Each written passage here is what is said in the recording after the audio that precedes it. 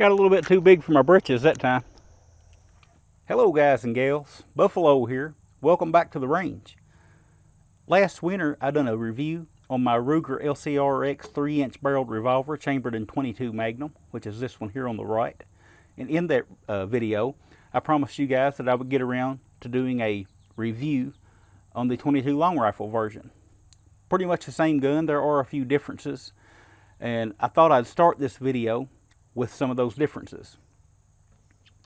The biggest, most noticeable difference is that the .22 Magnum is a 6-shooter, has a 6-shot capacity.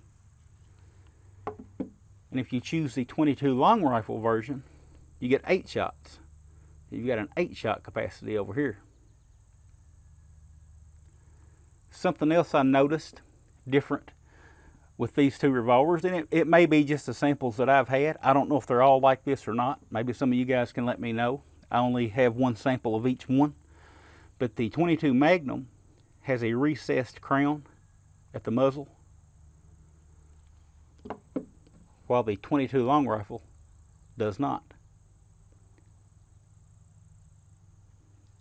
And one other thing I wanted to mention, this is actually the same on both revolvers, but it should be different.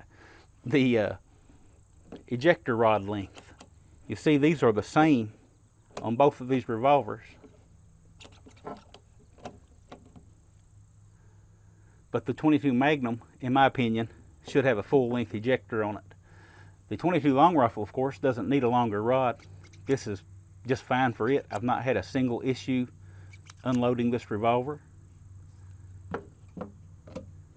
The .22 Magnum, on the other hand, could use a little more ejector rod. Comes up just a little short. Not a huge issue. You just have to remember to strike that ejector rod with a little bit of authority when you're unloading that one. But I wanted to show these together to start this video and just show those couple of differences and even that one similarity that should be different in my opinion. But for the rest of the video, we're going to be talking about the Ruger LCRx 3-inch barreled .22 long rifle revolver.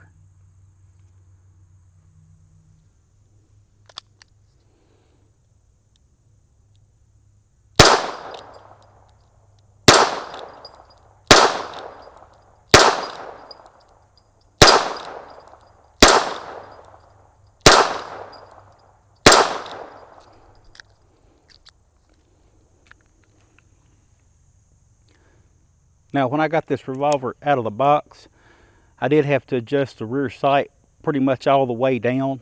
It was shooting really high. I've got a 8-inch steel target hanging out there at about 35 yards. See if I can put a few rounds on it.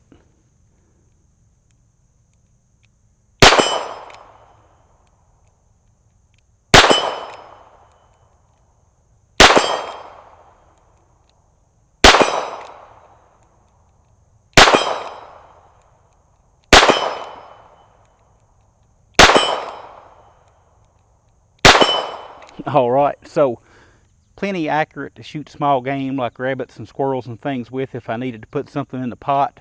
Those are things I'm going to be shooting at within 10 or 15 yards anyway.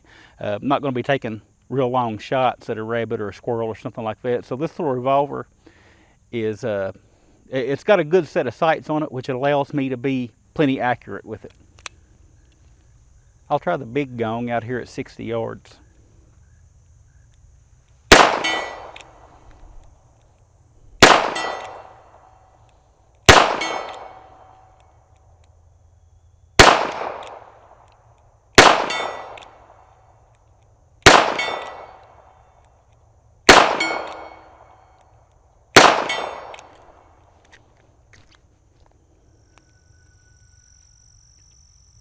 Oh man, look at all these blackberries.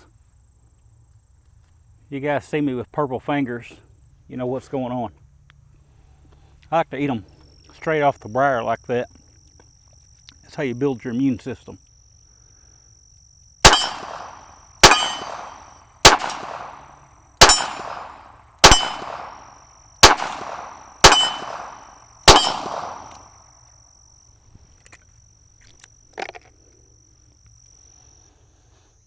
The LCRx does have the exposed hammer, so you can shoot this thing single action if you want. I'll try to do that left-handed.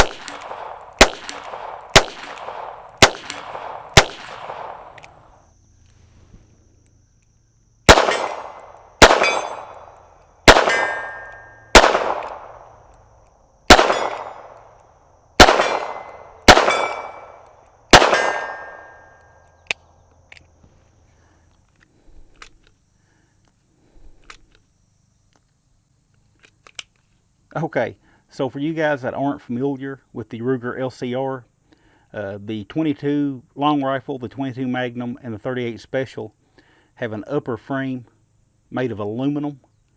The heavier calibers have a steel upper frame, but the frame is kind of divided in two. You've got a grip frame. You can see this line here that goes all the way around. Anything behind and below that line is a polymer frame. As far as the frame goes, it's polymer. Anything in front of that line and up would be aluminum on this 22. Now, they use steel where it needs to be used. You've got a steel cylinder, you've got a stainless steel barrel sleeve with a 1/16 twist on this one. Trigger, the sights are steel. They put steel, hardened steel, where it needed to be, but they lightened the revolver anywhere that it didn't have to be steel, and I like that. It made for a really handy little revolver. Of course, you got your push to unlock cylinder with the Rugers. Cylinder turns counterclockwise. Rear sight is fully adjustable for windage and elevation. You can adjust your windage here, your elevation here. Front sight is pinned. It's a ramped front sight. Comes from the factory with that white stripe on it. You could change that out with something else, I guess, if you wanted to. I haven't seen any reason to do so. Pretty good sights on this revolver. Whole rubber grip gives me plenty of room for all three fingers on the grip. Comfortable grip, absorbs all that recoil from the 22 long rifle. I'm just kidding about that, but it is a nice soft grip to get a hold of. It's slightly tacky, but not crazy tacky. Just a good, comfortable, really ergonomic grip. Best way to describe it.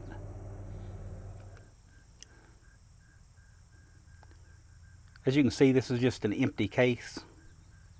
I'm going to put that in there to pad the firing pin.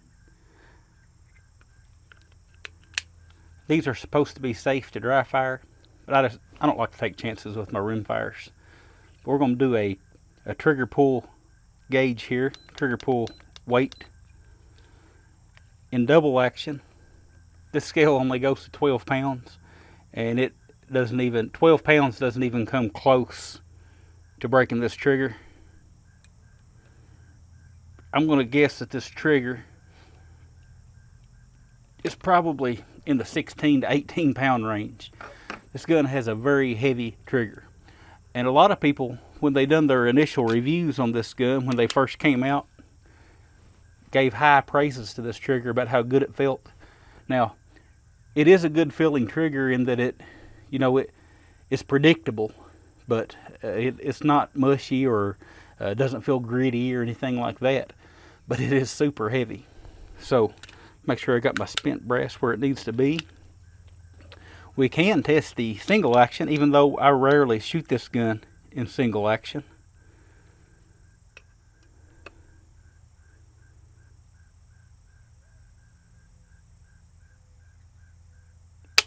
And single action is going to go about 6 pounds, 3.5 ounces.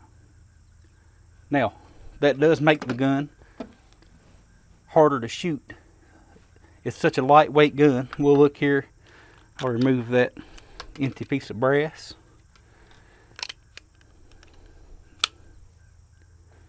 The revolver itself, on my scale, weighs 17.3 ounces. So you've got a 16 or 18 pound double action trigger pull on a 17 ounce revolver. It does make it tricky to shoot. It takes some practice, but as you've seen in today's video, it can be done. It's not it would be hard for a novice or a beginner to pick this revolver up and just start shooting well with it just because of the heavy trigger.